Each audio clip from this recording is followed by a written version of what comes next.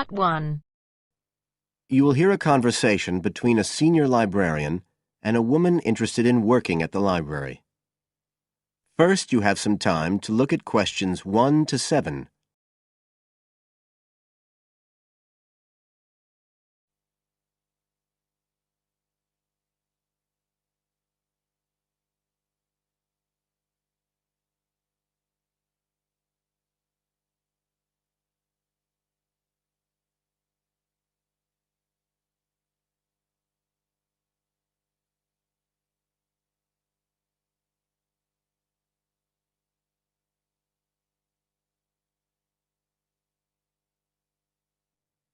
Listen carefully and answer questions 1 to 7.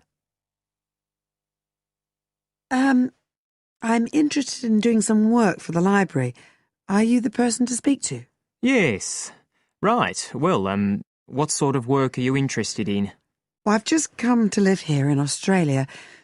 I don't want a full-time job until my children have settled down, but I really need to get out of the house a bit. And I heard you need voluntary workers for various projects. Right. But I don't know if I have the right skills. Well, we do provide training. Oh! We always include an orientation to the library, together with emergency procedures. That's fire regulations, emergency exits, first aid so you can cope with accidents or sudden illness. Things like that which are necessary for anyone who's working with the public. Then we give specialist training for particular projects, like using our database system. I do have quite good computer skills, in fact. Oh, great. Is there any sort of dress requirement? Well, all staff have to wear a name badge, so they can be identified if they go outside the staff-only areas. But apart from that, there aren't many regulations. We ask you to sign in and sign out for insurance purposes, but that's all.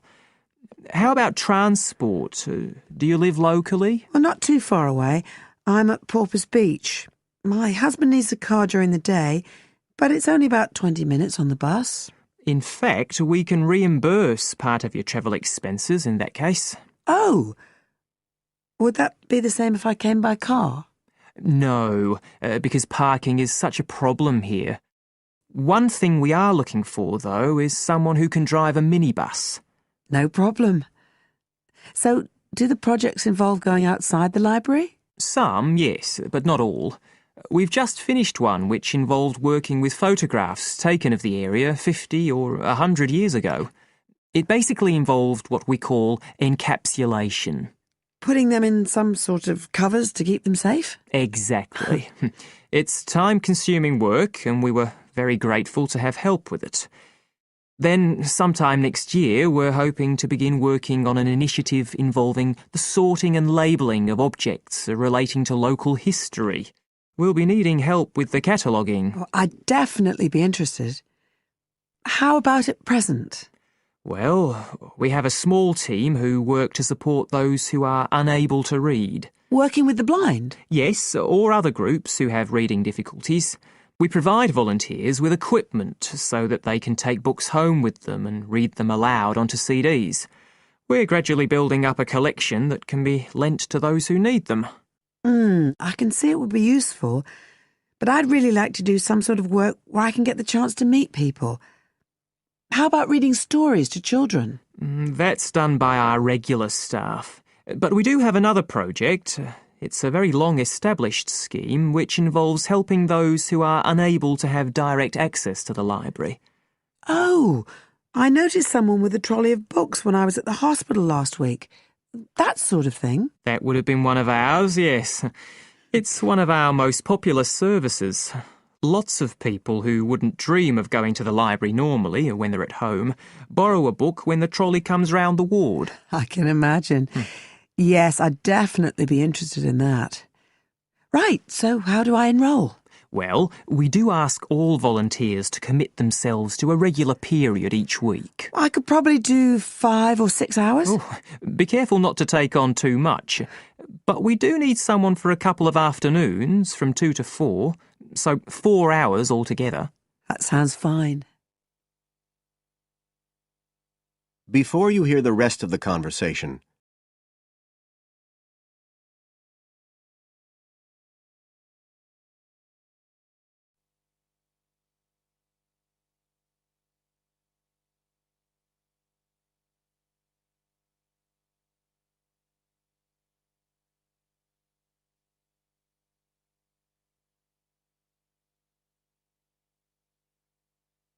Now listen and answer questions 8 to 10. Right, so here's the application form. It asks the usual questions, name and address and telephone number. You also need to fill in details of who we should get in touch with in case of any accident or problem like that. We do need to have that filled in. And there's a space for date of birth, but that's only if you're over 75, so we won't worry about that. No. Oh, it asks for qualifications. Do I need to provide certificates? They're not necessary. We'll need the names of 2 referees, not relatives or family members, obviously. What else? Signature of parent or guardian. That won't be necessary, as I assume you're over 18. Yes.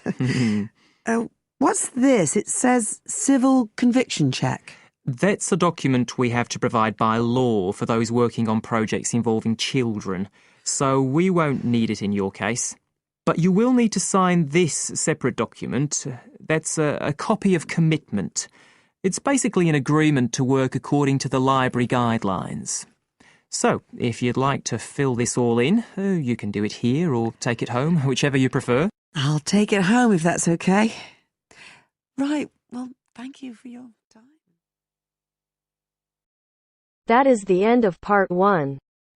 You now have half a minute to check your answers.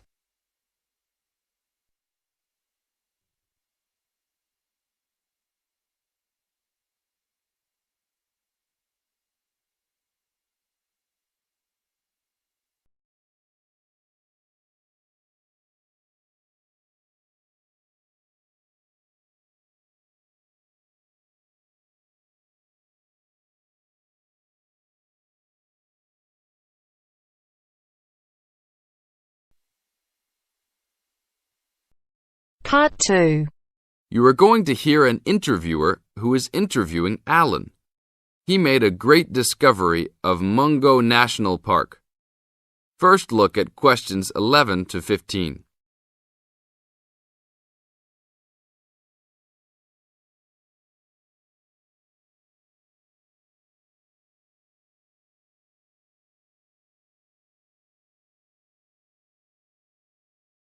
As you listen to the first part of the interview, answer questions 11 to 15.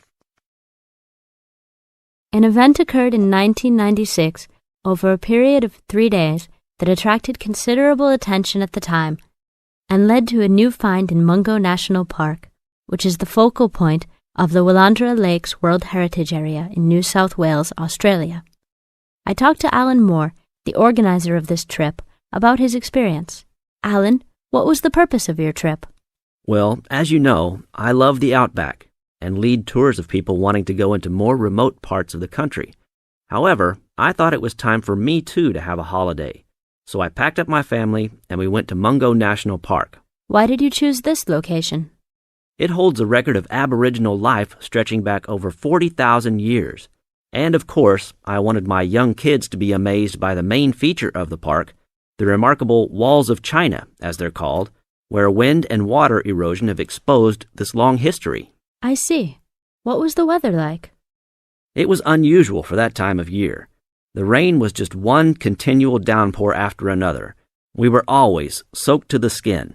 So we decided to cut our holiday short and only stayed 3 days in the end. However, it was eventful. The obvious problem was to get back to the nearest town, a small place called Burunga. But the dirt roads out there are always impassable after rain, so we settled down for a long, wet wait in the park. We didn't really mind because the scenery was so interesting. However, the kids wandered away without our noticing, and eventually we realized they must be lost. So we used our two-way radio to contact the park rangers and the police, and a helicopter was sent. Luckily, the kids were found within a few hours, but they'd made an important discovery. Now look at questions 16 to 20.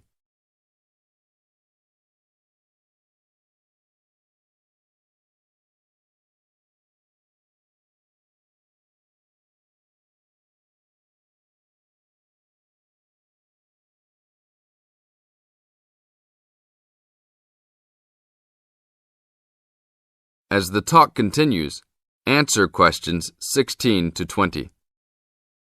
So, the trip was also eventful for another reason, wasn't it? Yes, yes. They led us to some ancient Aboriginal art. The kids had taken shelter in a very small, low cave that was difficult to see from the outside.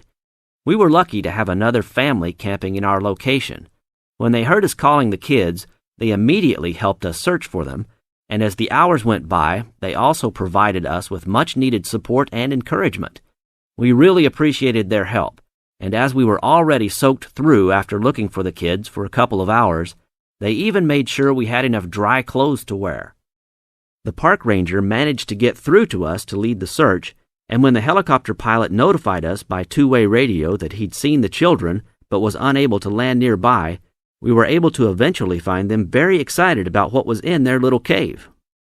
And what did you think of their cave?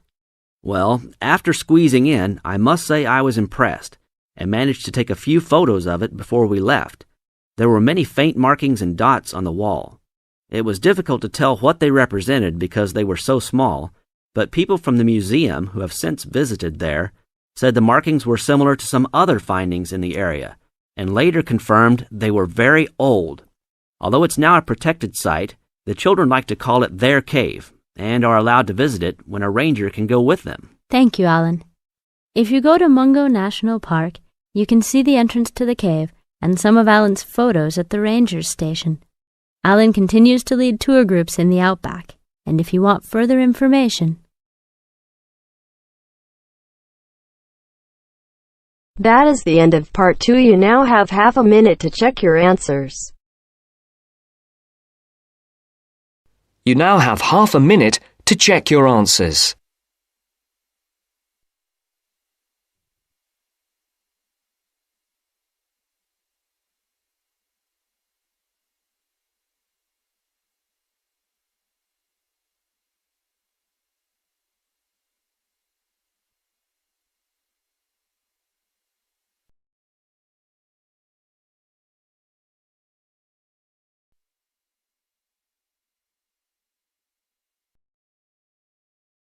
Now turns to part 3. Part 3. You will hear a discussion between a student, Aldo, and his supervisor, Dr. Hurst, about his research assignment.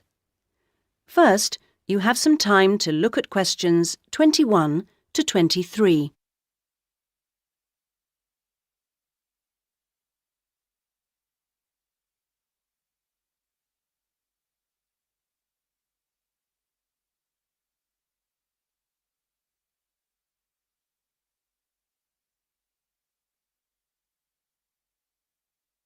Now listen to the first part of the conversation and answer questions 21 to 23. So, Aldo, how's it going so far with your assignment? Not too bad. You're looking at the community round here. That's right. How people perceive the community they are in. Have you made much progress? I conducted quite a lot of interviews on the street with local residents. Their responses are interesting. I haven't got quite as many yet as I'd like. I had wondered if I'd have language problems, particularly with the different accents. I seem to have managed, though. Having to work in the open has made it harder, and with the cold weather there's been recently, people don't necessarily want to stop and talk like they do if it's nice and sunny. That's something I've had to deal with. Of course, some people are too busy to stop and talk, but that's okay. I see. So, have you formed a good overall picture of how people view the community? To an extent. I've certainly talked to plenty of older people. I guess they may have more time to talk. I still don't really have enough young mothers, though. I've managed to get enough older mothers and children through the schools. That's something I had been worried about. Well, that shouldn't be too hard. Now, how are you going to deal with all the data you've collected? That's the difficult part. I guess I need to run some analyses, but I'm rather unclear about what methods to use. You've told me you're confident about using computers, so you just need some input on choosing programs. You should attend a statistics seminar. They're held every Friday after the methodology seminars in room 105. That should help you to select an approach. Oh, good. I'll do that. Now you have some time to look at questions 24 to 30.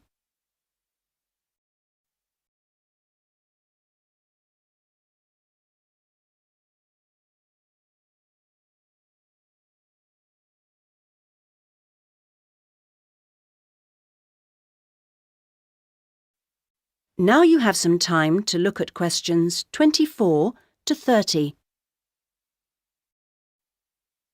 Meanwhile, let's hear something about what you've learned. Yes, I talked to a number of residents. Good. I imagine they didn't always have the same opinions. Views were certainly quite mixed. Take sports facilities. In general, people seemed to think they weren't very good. There's no swimming pool in the area, for example. But at the same time, there's a new football training area. It looks very smart to me, but it doesn't seem to get used very much.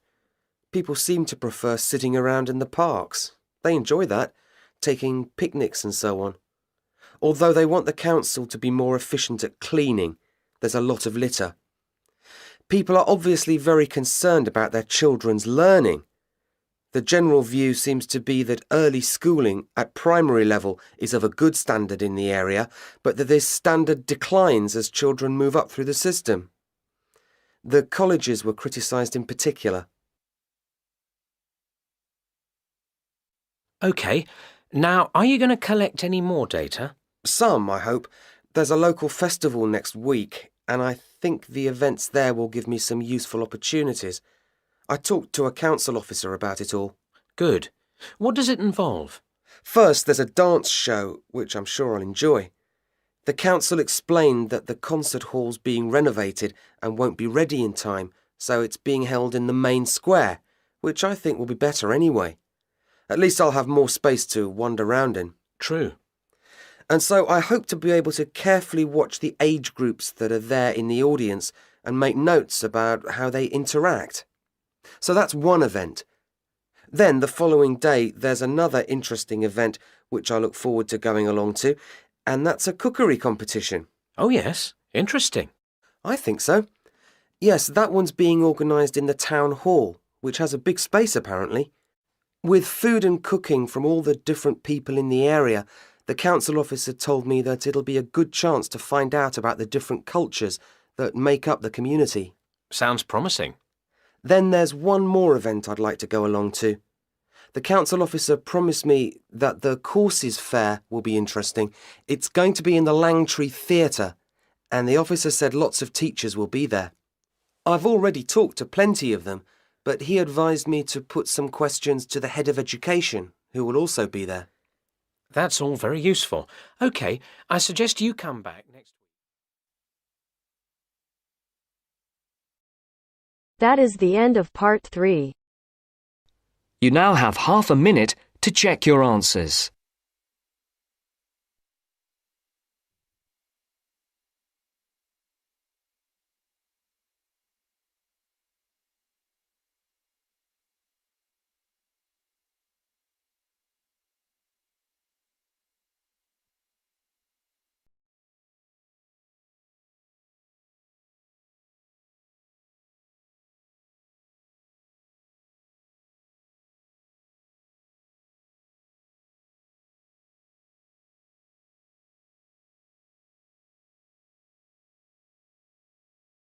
You are going to hear the first part of a lecture on American culture and American customs. First, you have some time to look at questions 31 to 40.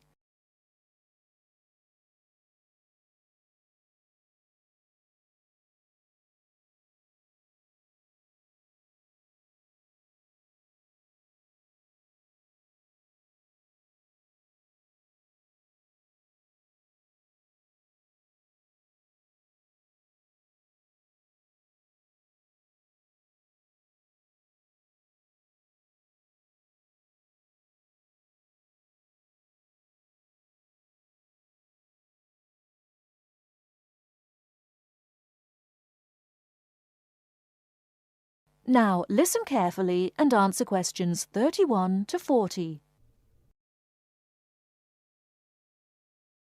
Well, last week we talked about American education, and today I'm going to discuss American values, characteristics, personal habits and courtesies. Keep in mind as you are listening to this lecture that your goal is to understand, not to emulate or judge. Just briefly, I'd like to mention that there is a remarkable ethnic diversity in the United States.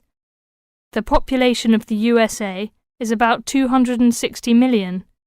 73% of the American population is white, 12% is African American, 8% Hispanic, 3% Asian or Pacific Islanders, and less than 1% American Indian or Eskimo. Many Americans resent generalizations being made about them because Americans see themselves as very unique and individualistic. On the other hand, Americans tend to lump foreigners together into one lot and condescendingly view foreigners as people who are not as intelligent or sensible as Americans. Despite Americans' dislike of generalizations and their ethnocentric point of view, it becomes evident that they are indeed American. Americans value individualism, independence, informality, directness, punctuality, achievement, and competition.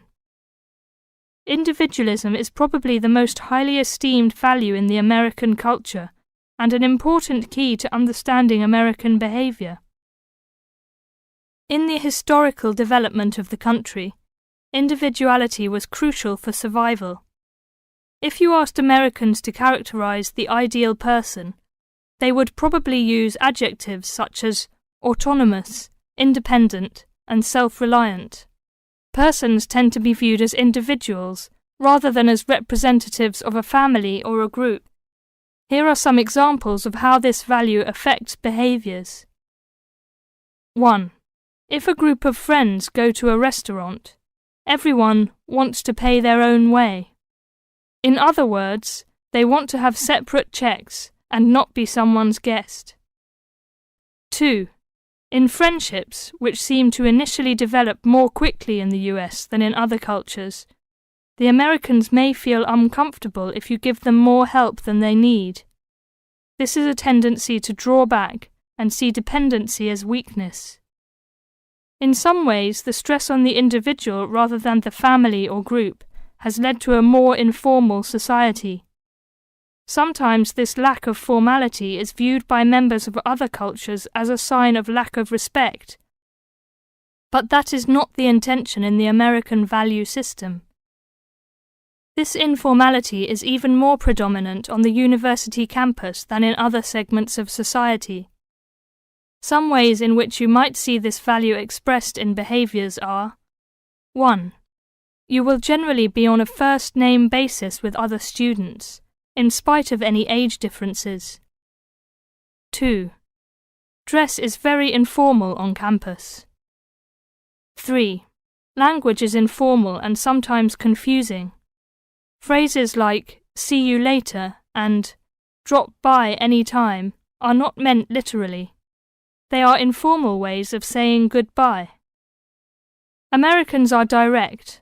Honesty and frankness are more important to Americans than saving face.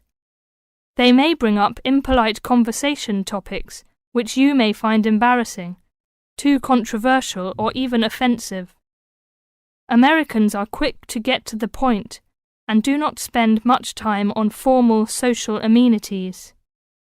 This directness encourages Americans to talk over disagreements and to try to patch up misunderstandings themselves, rather than ask a third party to mediate disputes. It is particularly interesting to see what behaviors have culturally become associated with straightforwardness. 1. A firm handshake somehow has come to be interpreted as a sign of sincerity.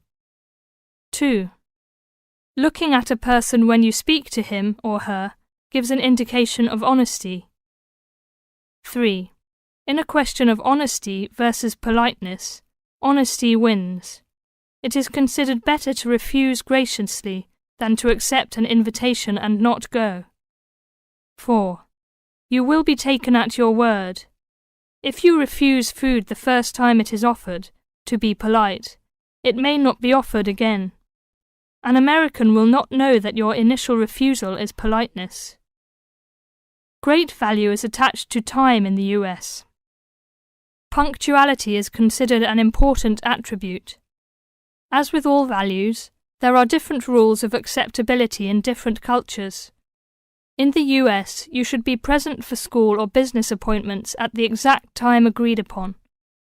In social appointments, you can arrive 10 to 15 minutes after the agreed upon time without giving offence. If you are invited somewhere for dinner and are more than 15 minutes late, you will need to offer an apology and an explanation. A phone call explaining you have been detained and will be late will save face for you and patience for the other person. Americans also value achievement and competition.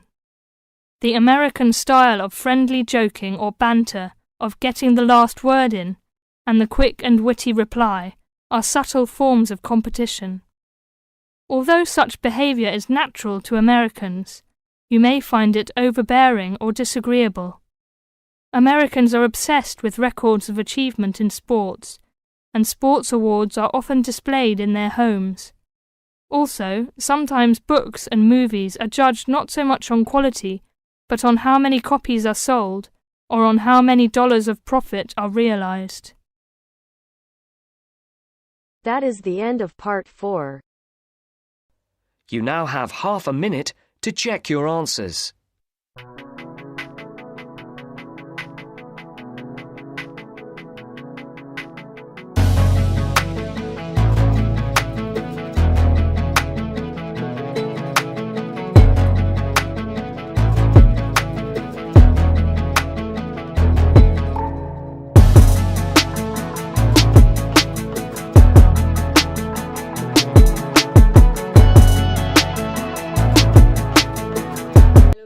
Welcome to our channel. Today in this video I'll discuss with you writing task 1, and the question for today is the picture below show the process of making clothes from recycled plastic bottles. Summarize the information by selecting and reporting the main features and make comparisons where relevant. So we are given this picture which is representing the process of making clothes from plastic bottles. So first, the plastic bottles are transported to the factories with the help of trucks or vehicles.